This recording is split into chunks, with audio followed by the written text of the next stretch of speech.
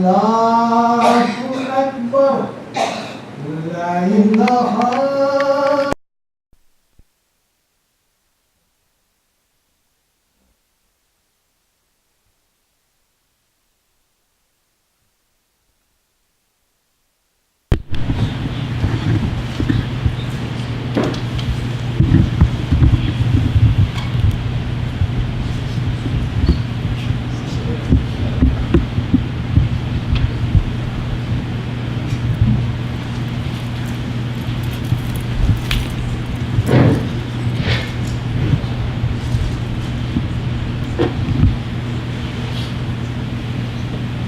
Bismillahirrahmanirrahim.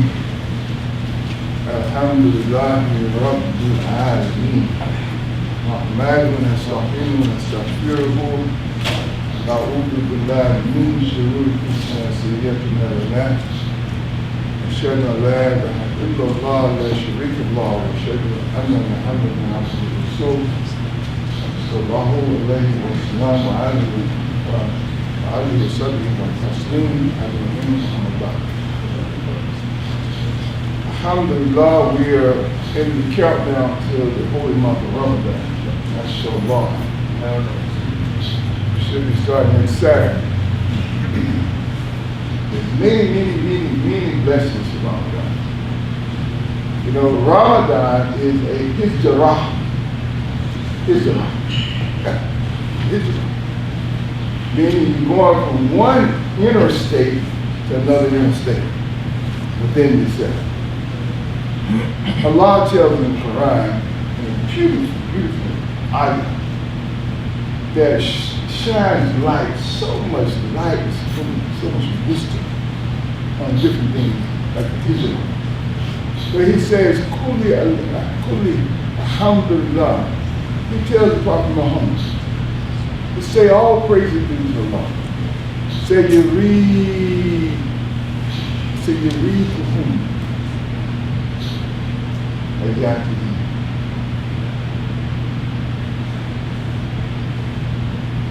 So all praises to Allah. And he goes on and say that he was in the future time, he will show the explanation of his signs.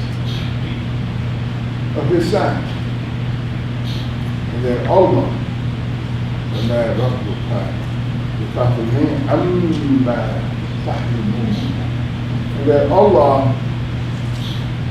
Allah is not unaware of any of your actions, any of your events, anything that you do. He's not unaware of anything that happens to you. But a lot of times you don't see the meaning behind a lot of things. But these things, Allah, and He's not unaware of these things. And the full meaning sometimes comes in the future day.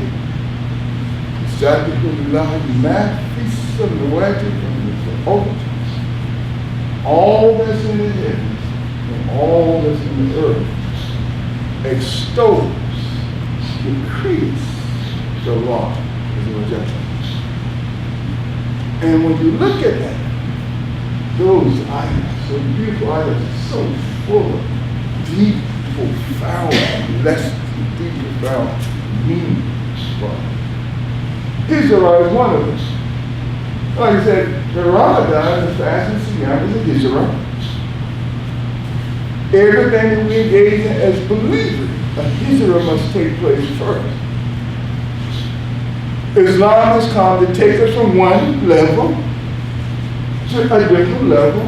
That's a migration, a hijrah. Okay? Spiritually, emotionally, within our inner selves. So there's more than one type of hijrah. We'll all hear about the physical hijrah, but there's an inner hijrah. It must be a spiritual hijrah first in all our deeds and all our actions as believers. as believers. You must leave that which is bad, all the clutches of the emerald. Not the emerald pursuit.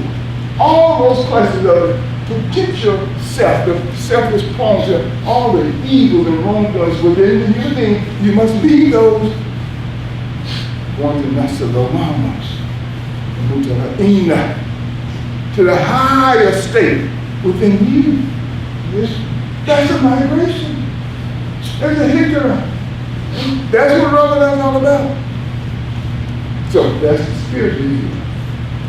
There are two well-known physical hijrah that took place in the seerah of Prophet Muhammad sallallahu alaihi wasallam.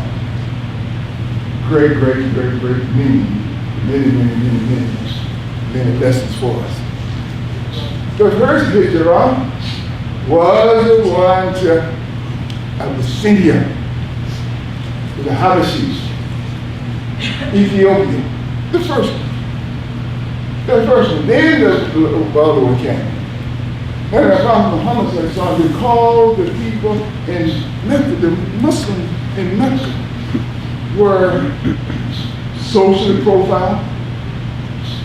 We know what profile is. Well, yeah, we do. Socially profiled and attacked and persecuted and killed. Right? Yeah.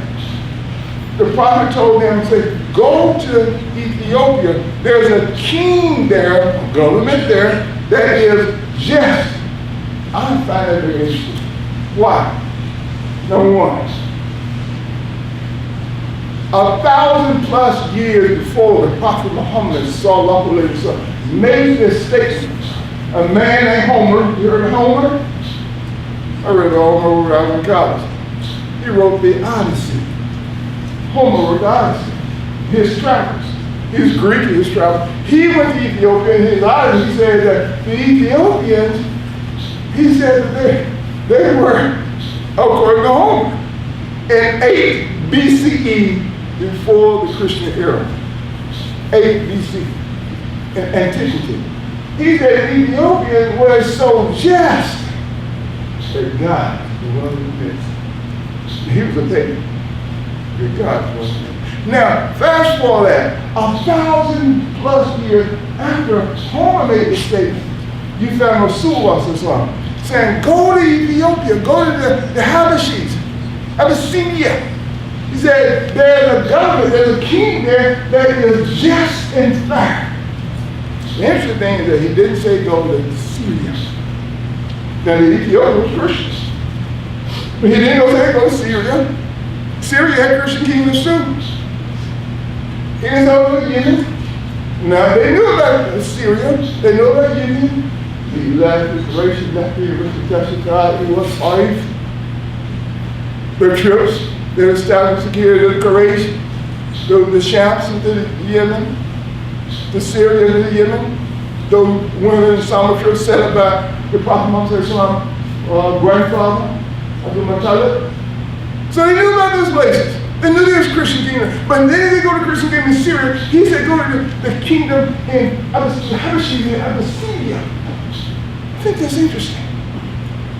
They had never been there. The Christians had gone to Syria, they had gone to Yemen, had never been there. The Habashis in Ethiopia had never been there.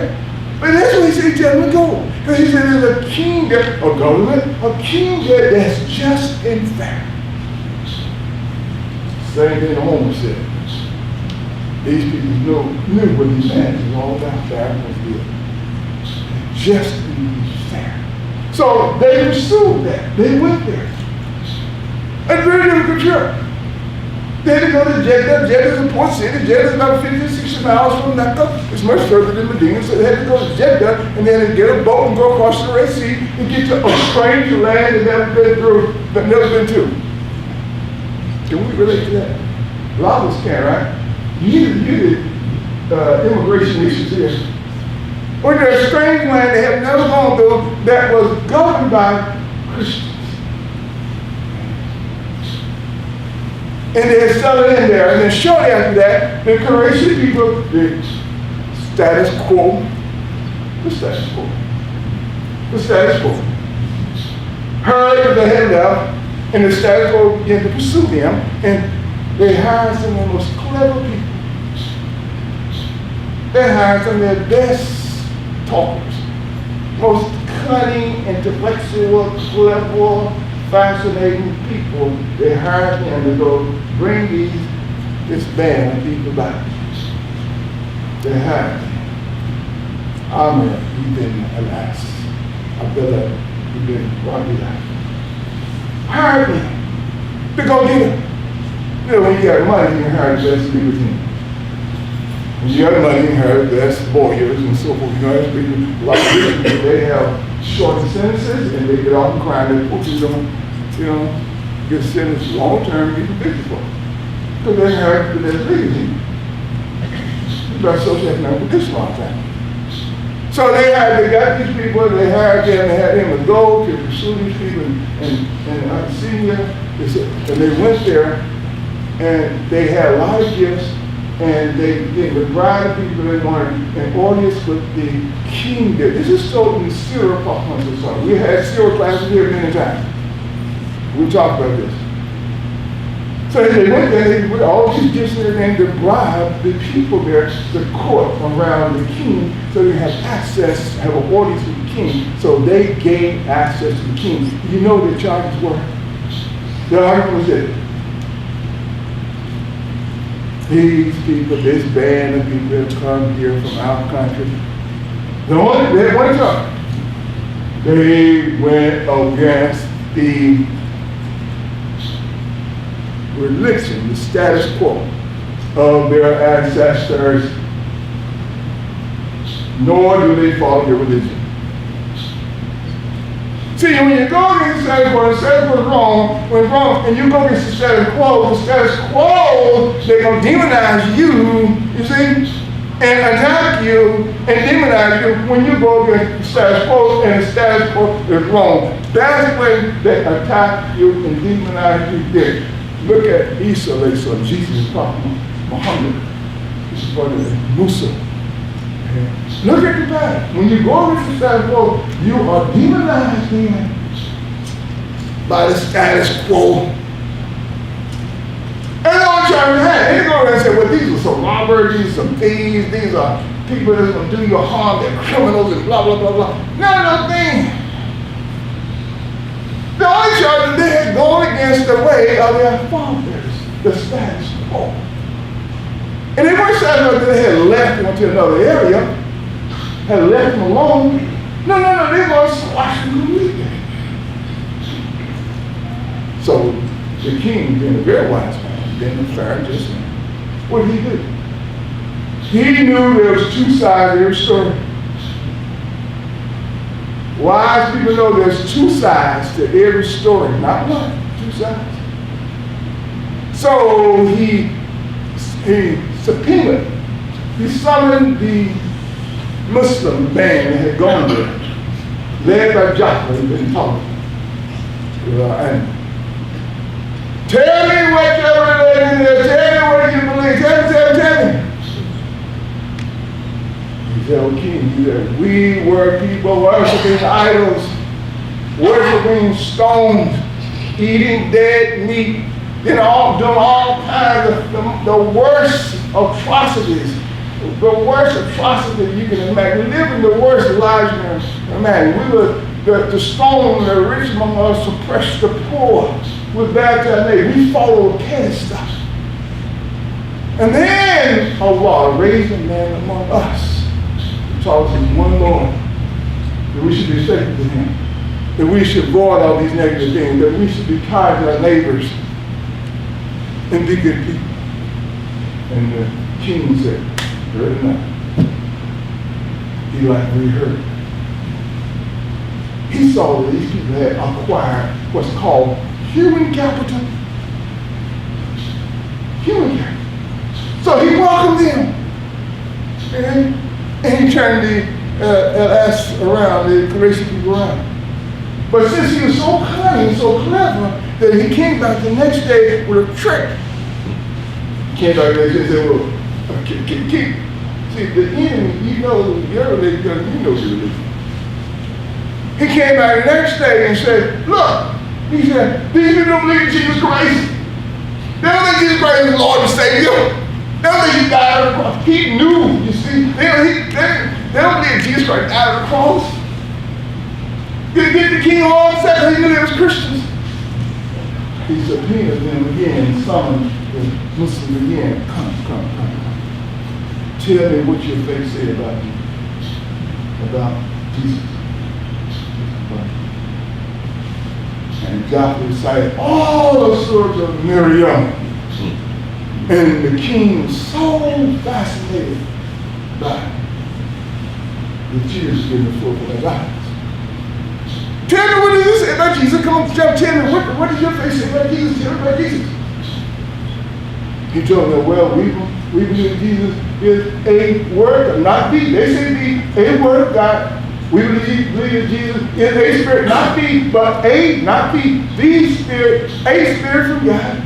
And he had immaculate birth. And then the king drew a line to the difference. Your faith, my faith is the thin in the line. And he walked and said,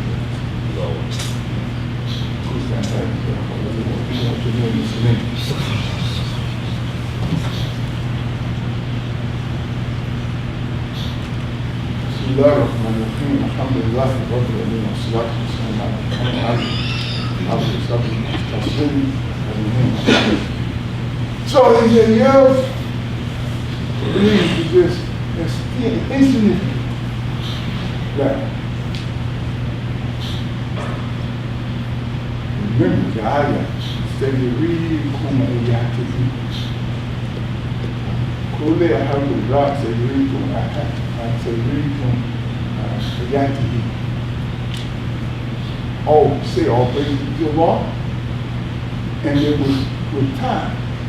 Say the read Kuma has a part at the beginning that indicates in the future. At a future time, Allah, according to the grammar, say Rikum the Papa. In the future, Allah would explain to you the meaning of these signs of His. In the future. Let's look at this quickly. We only got a few minutes left. Let's say the Prophet Muhammad told them to go to the Habashis, the Abyssinians, Ethiopia. And they had gone there and they had been slaughtered. Or they had gone there and they had been imprisoned. Or they had gone there, they had been enslaved. Or they had gone there and they were rejected. No, we don't want you here. Or they had gone there and the Quraysh people started going to come and got them and took them back to this territory. How will we see the Prophet Islam? How will we see the Quran now? In the future, the signs will be explained. The verse says. You see a fuller meaning of the signs.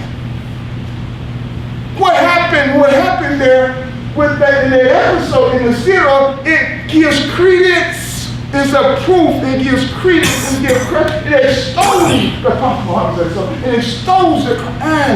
You see? It extols our deen.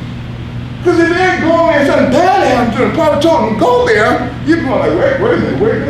Well, this is a real prophet. God, he told them this thing happened. You see, he's been discredited. The Prophet had no credibility in it. Do you see the beauty of that? But because it went there, and now this nigga didn't happen, it extols him. He didn't know, but it gets deeper than that. It gets more profound than that.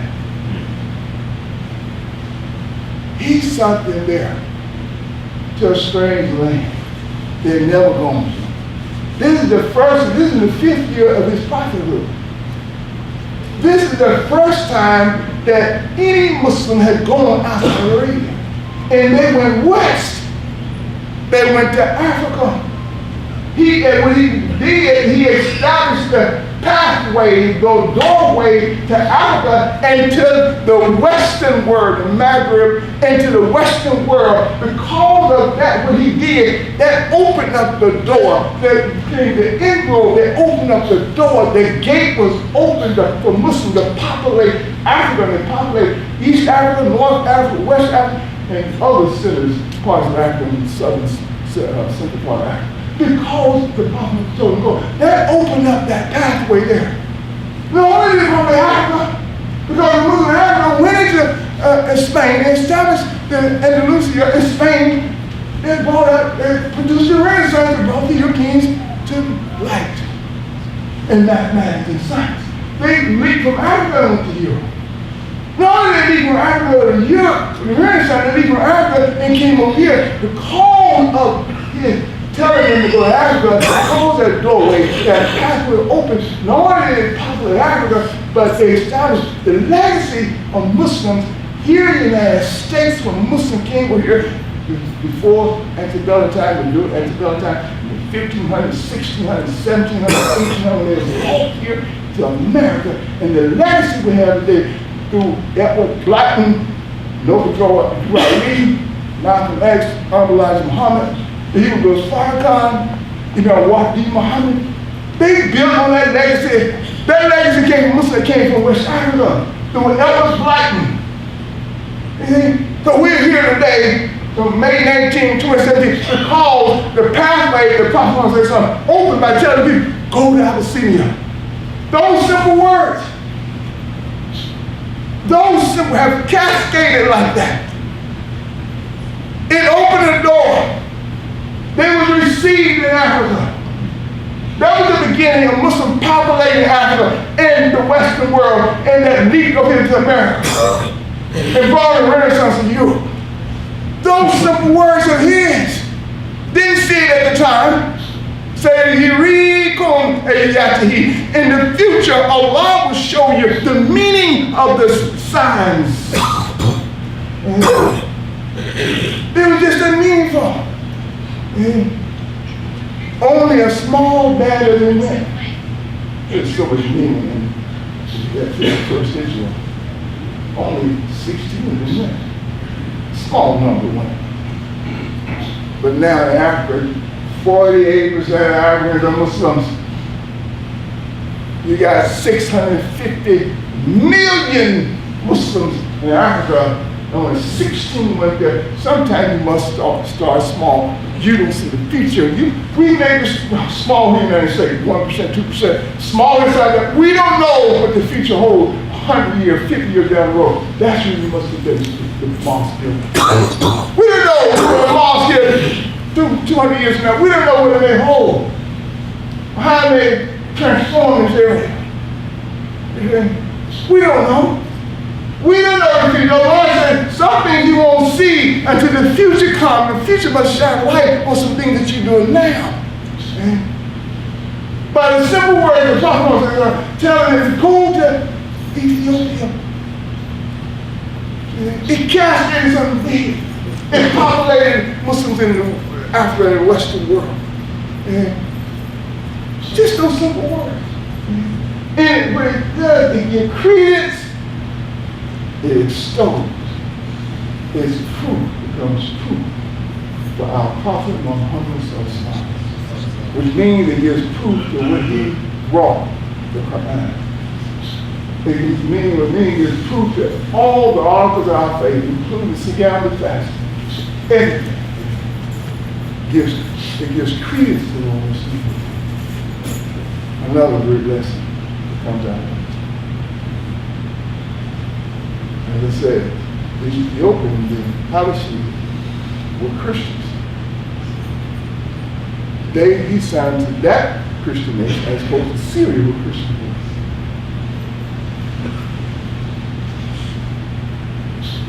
Many of them, they would see the Croatian people have asked and their people sent back to Arabia, who went to get them to bring them back. They were rejecting somebody. But since the Muslims went there, they had what I call human capital.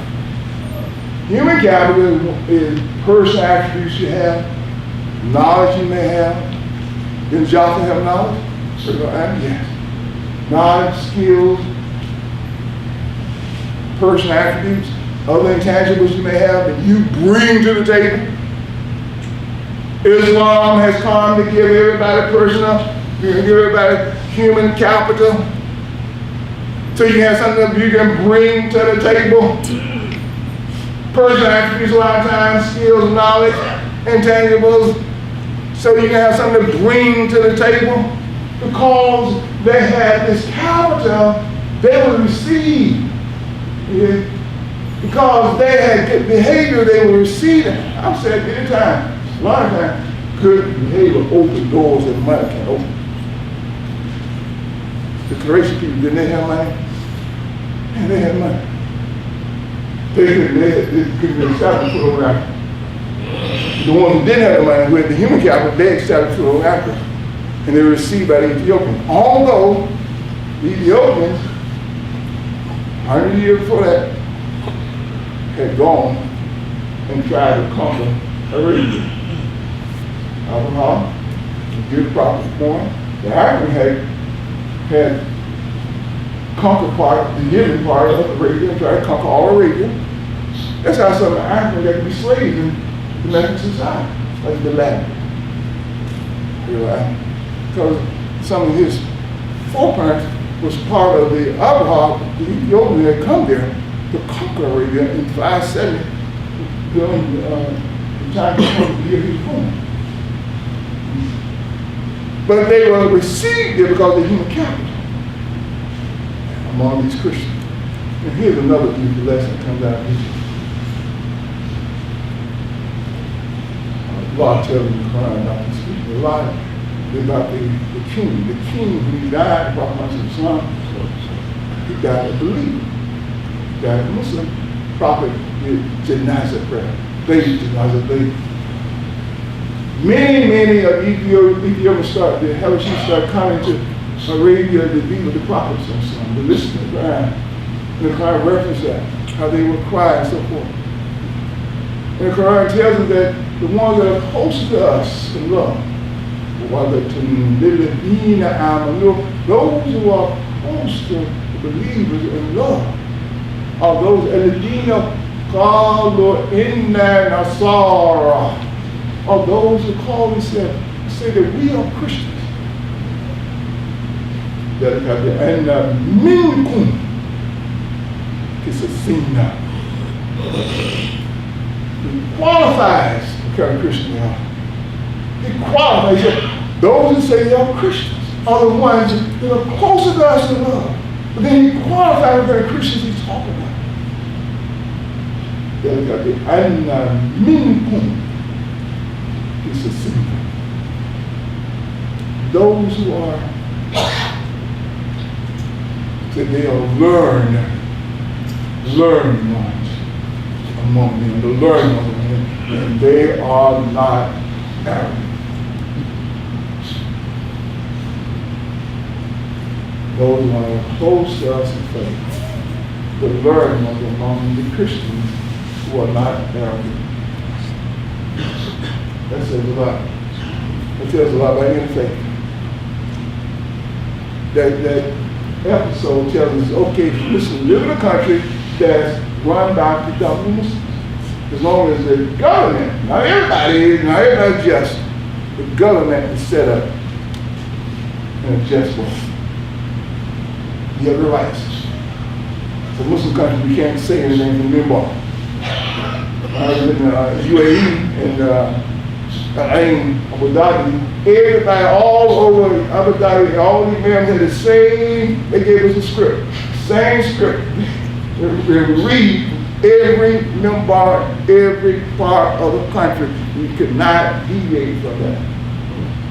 So we can say anything, I can push out there. You see, a just system of like Christians is okay, according to the Israel. Both of us in love, ones who say we're Christian and qualified, they're learned, they're not arrogant. We was at a rally downtown, There's a few of us there, Muslims, 5 Muslims there in that rally. I spoke at this rally. Surrounded by 700 Christians.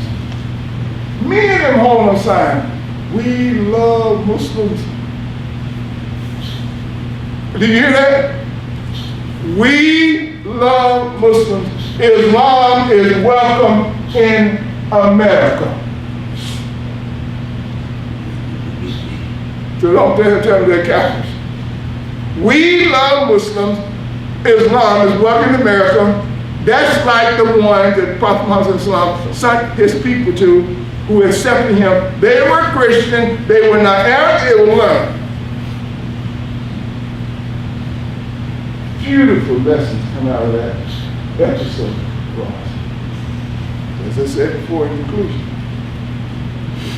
before anything what precedes any of our action is a hijrah, spiritual hijrah. And I said that Siyam, Ramadan coming up next Saturday, so is about a hijrah. You must leave those temptations alone and migrate to a higher self. That's human capital. Those on the bottom in society, look at them, they have no human capital. They have nothing to offer. Their family, their children, the society, the community, nothing to offer community. But talk. Whoa, you know this, you know, white man did this, they did that, da, da, da, da, da, da. Just talk. Show me what you have to offer. Bring something to the table. Give me, that's human capital.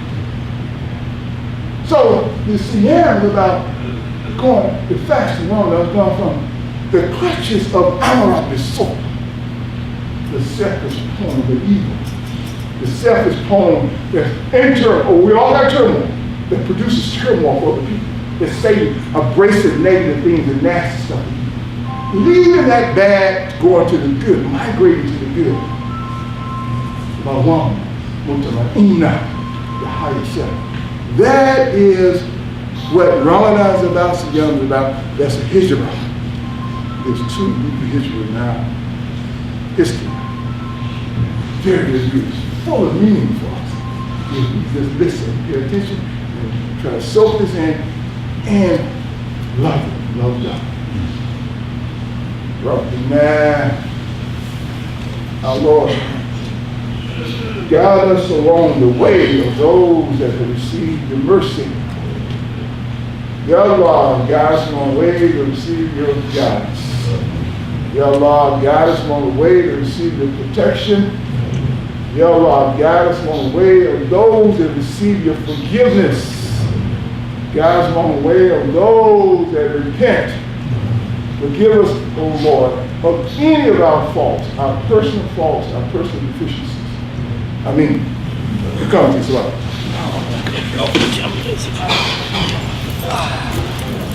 Allahu Akbar, Allahu Akbar, Allahu Akbar, Allahu Akbar.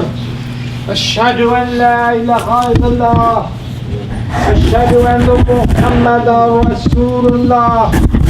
Hayya ala salah. Hayya ala